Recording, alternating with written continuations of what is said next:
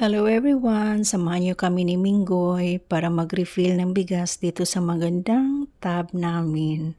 Huwag kayong tumawa, maganda ito kasi hindi siya napapasukan ng mga ipis, hindi napapasukan ng mga langgam at iba-ibang insekto dito sa loob ng bahay.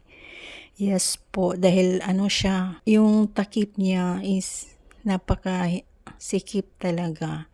Meron kami dating yung dispenser, rice dispenser.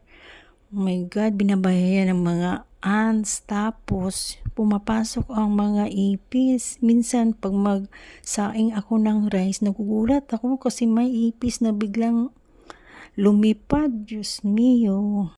Kayo, ano bang rice dispenser nyo? Paki-comment naman down below. Ito lang ang amin. Masaya na ako dito kasi malinis ang bigas namin. At saka, itong tab na ito, napakatagal na. Maliit pa ang anak ko. Ito kasi ang palagi kong binibili sa kanya ng snacks kasi nung bata yan, mahilig kumain. Nakatira kasi kami dati sa malayo. Medyo malayo sa city kaya kailangan kong mag-stock ng pagkain niya. O matagal naman niyang maubos yan. Alam mo, ang last na palaging natitira dyan is ang fita. Diba? Matabang kasi ang fita.